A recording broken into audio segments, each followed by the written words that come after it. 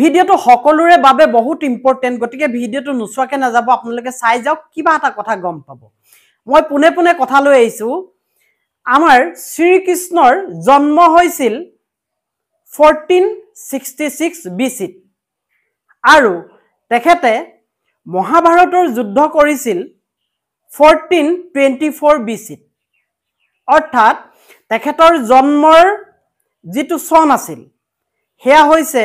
1466 খ্ৰীষ্টপূৰ্ব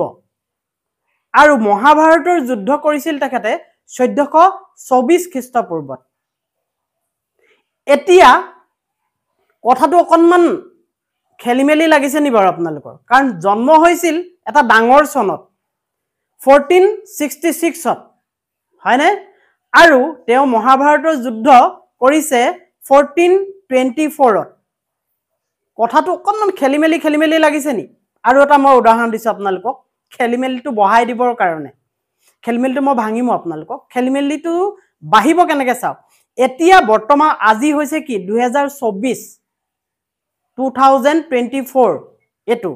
এডি হয় খ্ৰীষ্টাব্দ হয় 2024 আৰু এই 2024 ত এটি সন্তান যদি জন্ম হয় এটি কেঁচুৱা যদি জন্ম হয় আজি এই 24 ত আমি যদি কওঁ 1950 চনত হোৱা ডাঙৰ ভূমিকম্পটো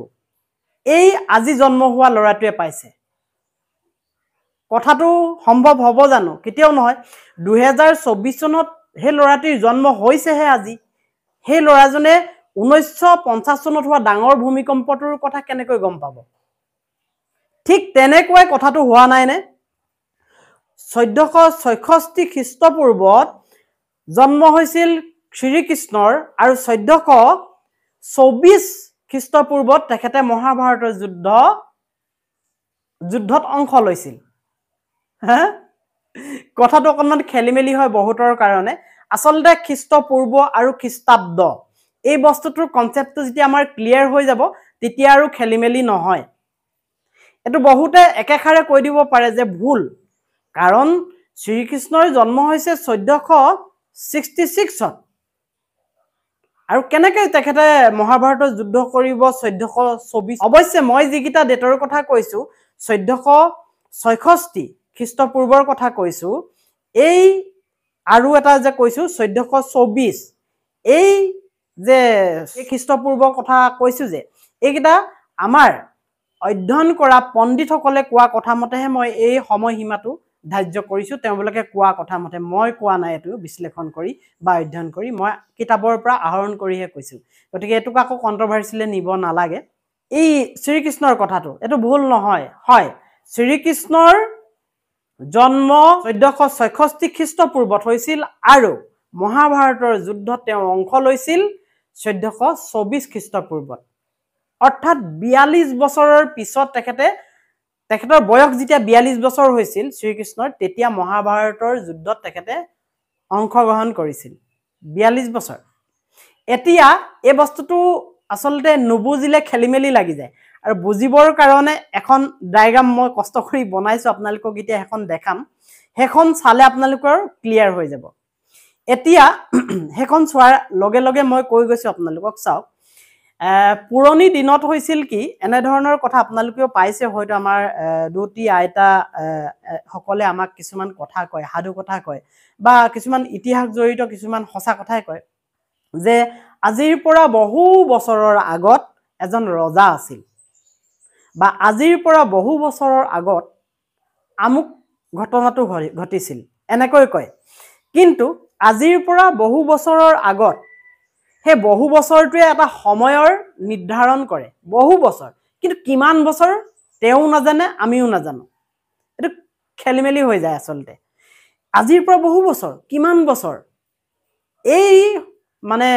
অসুবিধাটো দূৰ কৰিবৰ কাৰণে এটা বস্তু আৱিষ্কাৰ কৰিলে এটা মিডল পইণ্ট যেটো সময়ক হিসাব কৰিবৰ কাৰণে সুবিধা হয় সেই মিডল পইণ্টটো কি লব সেই মিডল পইণ্টটোৱে হৈছে যীশু খ্ৰীষ্টৰ জন্ম হয় যীশু খ্ৰীষ্টৰ জন্ম যি দিনত হৈছে সেই দিনটোৰ পৰা তেখেতৰ বয়স বাঢ়িছে যীশু খ্ৰীষ্টৰ এদিন দুদিন এবছৰ দুবছৰ এনেকৈ যেতিয়া বাঢ়িছে যীশু খ্ৰীষ্টৰ এই জন্ম সাপোজ মই আঙুলিটো দিছো ধৰক এই আঙুলিটো দিয়া দিনটোৰ পৰা যীশুখ্ৰীষ্টৰ বয়স এদিন দুদিন তিনদিন এমাহ এবছৰ দুবছৰ 10 বছৰ এনেকৈ বাঢ়ি গৈছে নাই এই যে বাঢ়ি গৈছে এটো হৈছে এডি অৰ্থাৎ খ্ৰীষ্টাব্দ যেটো আমি এতিয়া 2021 22 23 2024 এতিয়া এটো হল খ্ৰীষ্টাব্দ আৰু এই খ্ৰীষ্টাব্দটো প্লাস হৈ যায় প্লাস হৈ গৈ আছে 24 পিছত 25 আহিব এটো আমাৰ খ্ৰীষ্টাব্দ কিন্তু আমি মাইলৰ খুঁটি কোনটো লৈছো যীশুখ্ৰীষ্টৰ জন্মৰ দিনটো এটো 0 বুলি ধৰিছো এটো 0 বুলি ধৰি 1 2 3 কে আমি আগলে হিসাব কৰি গৈছো এটো হৈছে খ্ৰীষ্টাব্দ এতিয়া এই যীশুখ্ৰীষ্ট জন্মৰ আগতে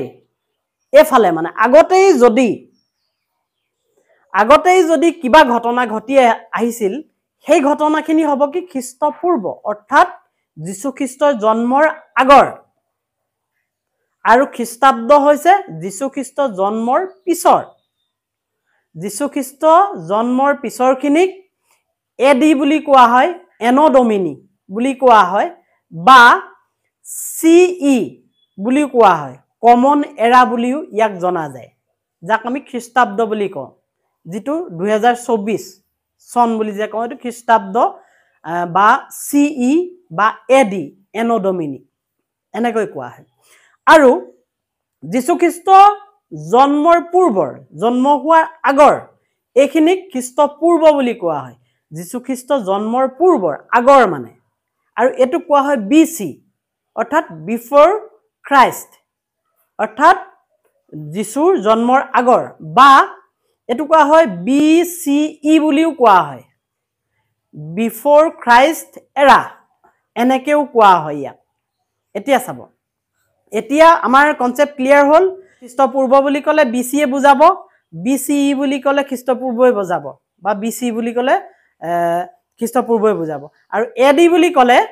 এনো ডমিনি বুলি ক'লে তেনেহলে খ্ৰীষ্টাব্দ ক'ব আৰু সি বুলি ক'ব কমন এৰা বুলি কোৱা হ'ব বিভিন্ন জনে বিভিন্ন শব্দৰে এনে ধৰণে সময়খিনি নিৰ্ধাৰণ কৰে এতিয়া মই ক'বলৈ আহিছো আপোনালোকক এই যে 0ৰ পৰা এখন মই ডায়াগ্ৰাম দেখাইছো আপোনালোকে চাওক এখন ডায়াগ্ৰামখন চাওক মই লগাই দিছো ওপৰত দেখিছে নে খ্ৰীষ্টপূৰ্ব /BC /BCE মই অলপ আগত আপোনালোকক যিখিনি কৈ আহিলো একদম ওপৰত বাওঁফালে ওপৰত লিখিছো খ্ৰীষ্টপূৰ্ব আৰু সোঁফালে কাখত ওপৰত চাওক খ্ৰীষ্টাব্দ এডি বা সিই যেটো কমন এৰা বুলি কয় এতিয়া খ্ৰীষ্টপূৰ্ব বুজাই দিলো বিসি কাক বুজাই দিলো before Christ BCE before Christian এৰা বুলি কোৱা হয় বিসি একেটাই বিসি আৰু খ্ৰীষ্টপূৰ্ব একেটাই নাম আৰু খ্ৰীষ্টাব্দ এডি এনো ডমিনি আৰু সিই কমন এৰা এগিটাও একেটাই নাম একেটা কথাকে বুজায় বিভিন্ন জনে বিভিন্ন নামেৰে আসলতে কয় এতিয়া চাব মাজলে আহক যীশুখ্ৰীষ্টৰ জন্ম বুলি লিখা আছে দেখিছে নে যীশুখ্ৰীষ্টৰ ফটোখন লাগি আছে এই ফটোখনৰ ওপৰত মই ডাঙৰকে 0 এটা বনাই থৈছো এটো হল 0 এটো মাইল পোষ্ট ধৰি লওক এটো এটা সীমা এই সীমাটোৰ পৰা আপুনি 1950 এডি দেখিলে নে 1950 এডি অৰ্থাৎ 1950 খ্ৰীষ্টাব্দ এই 1950 চনত এটা ডাঙৰ ভূমিকম্প আহিছিল এই ভূমিকম্পটো মই ইয়াত লিখি থৈছো ডাঙৰ ভূমিকম্প আহিছিল এটো মানে এটা কথা ক'ব পাৰি পৰিচয় দিব পাৰি 1950 চনৰ কথা ডাঙৰ ভূমিকম্প আহিছিল এটো সকলোৱে জানে আৰু 2024 এডি অৰ্থাৎ 2024 খ্ৰীষ্টাব্দ সন যেটো আমি এতিয়া ভৰি দি আছো এটো হল এতিয়া প্ৰেজেন্ট এটোত ক'বলগীয়া নাই 2024 টো হৈছে প্ৰেজেন্ট হৈ গল এতিয়া যীশুখ্ৰীষ্টৰ জন্মৰ পিছলে যাম যীশুখ্ৰীষ্টৰ জন্মৰ পিছলে আপুনি চক বাওঁফালে যদি যায় যীশুখ্ৰীষ্টৰ জন্মৰ বাওঁফালে 1424 BC লিখা আছে 1424 BC অৰ্থাৎ 1424 খ্ৰীষ্টপূৰ্ব মানে যীশু জন্ম হোৱাৰ 1424টা চন আগৰ হয়নে আৰু এটো লিখি থৈছো মহাভাৰতৰ যুদ্ধ ফটোখনো লগাই থৈছো ৰথৰ হা কেবাটা ঘোৰাই এতিয়াৰ শব্দত মানে ডাঙৰীয়াই টানিছে আৰু বাওঁফালে যদি গুচি যায় 1466 খ্ৰীষ্টপূৰ্ব ইয়াত কৃষ্ণৰ জন্ম হৈছে বুলি পণ্ডিতসকলে কয় 1466 BC BCত কৃষ্ণৰ জন্ম বুলি মই লিখি দিছো তলত কৃষ্ণৰ লৰ্ড কৃষ্ণৰ আমি ফটো এখন লগাই দিছো এতিয়া চাব সময়সীমাটো ললো 0 টো হল যীশু খ্ৰীষ্টৰ জন্ম আৰু তাৰ পৰা যদি জন্মদিনৰ পৰা যদি পিছফাললৈ আমি হিসাব কৰো 1 2 3 4 5 100 200 1000 এনেকৈ গৈ আমি কি পাম 1424 BC অৰ্থাৎ খ্ৰীষ্টপূৰ্ব আৰু ইয়াৰ পৰা যদি আমি আকৌ হিসাব কৰি যাওঁ আতৰলে 1400 1500 1600 1700 এনেকৈ কৰি যদি গৈ থাকো তেতিয়া 1424 25 26 এনেকৈ যদি গৈ থাকো তেনেহলে 1466 খ্ৰীষ্টপূৰ্বত কৃষ্ণৰ জন্ম হৈছিল ইয়াত পাজুল লগা কথা এইটোই কৃষ্ণৰ জন্ম 1466 খ্ৰীষ্টপূৰ্বত যদি জন্ম হৈছিল মহাভাৰতৰ যুদ্ধ 1424 খ্ৰীষ্টপূৰ্বত হৈছিল অৰ্থাৎ আপুনি যদি বাওঁফালে হিসাব কৰি যায় যীশু খ্ৰীষ্ট জন্মটোক 0 বুলি ধৰি পিছফাললৈ হিসাব কৰি যায় যীশু খ্ৰীষ্ট জন্মৰ আগৰ দিনবোৰ 1 2 3 কে হেতু মাইল পোষ্ট বুলি ধৰি তেতিয়া যীশু কৃষ্ণৰ জন্মটো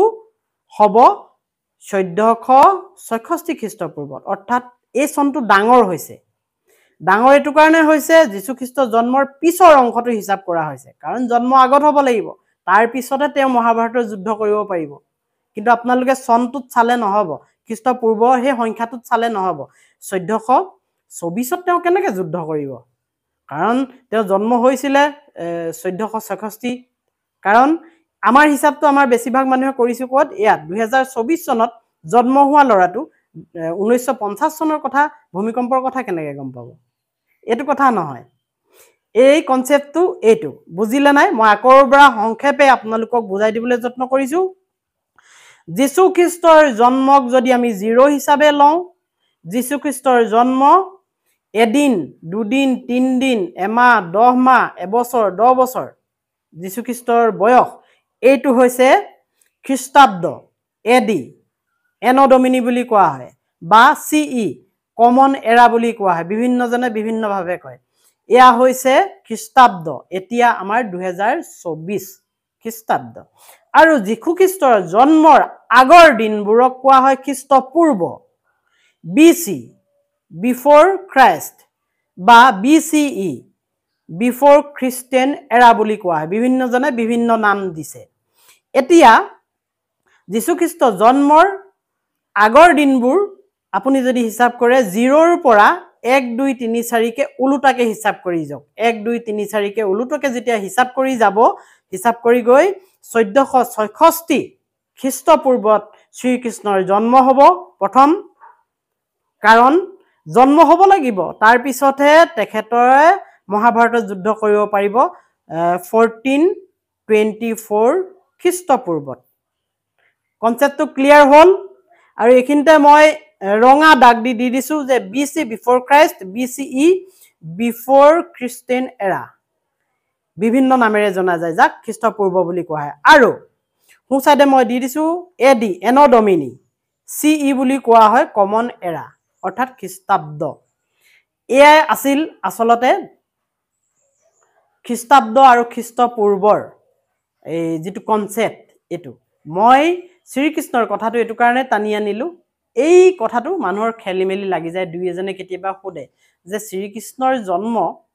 1466 খ্ৰীষ্টপূৰ্বত হলে ইমান ডাঙৰ এটা চনত হলে আৰু তেওঁ সৰু চনত 1424 চনত কেনেকৈ মহাভাৰতৰ যুদ্ধ কৰিবহে সেই কনসেপ্টে মই ক্লিয়াৰ কৰি দিলো যে প্ৰথম তেওঁ জন্ম হৈছে 1466 খ্ৰীষ্টপূৰ্বত আৰু মহাভাৰতৰ যুদ্ধ কৰিছে 1424 খ্ৰীষ্টপূৰ্বত কাৰণ সেই যীশু খ্ৰীষ্টৰ জন্মৰ দিনটোক 0 বুলি ধৰি পিছফালে হিসাব কৰা হৈছে ঠিক আছে দিয়ক আপোনালোকে কমেণ্টত লিখিবলৈ নাপাহৰিব কথাটো বুজি পালে নে নাপালে ঠিক আছে ভিডিঅ'টো আজিলৈ ইয়াতে সামৰিছোঁ অন্য এটা দিনত অন্য এটা ভিডিঅ' লৈ আকৌ আহিম বাই বাই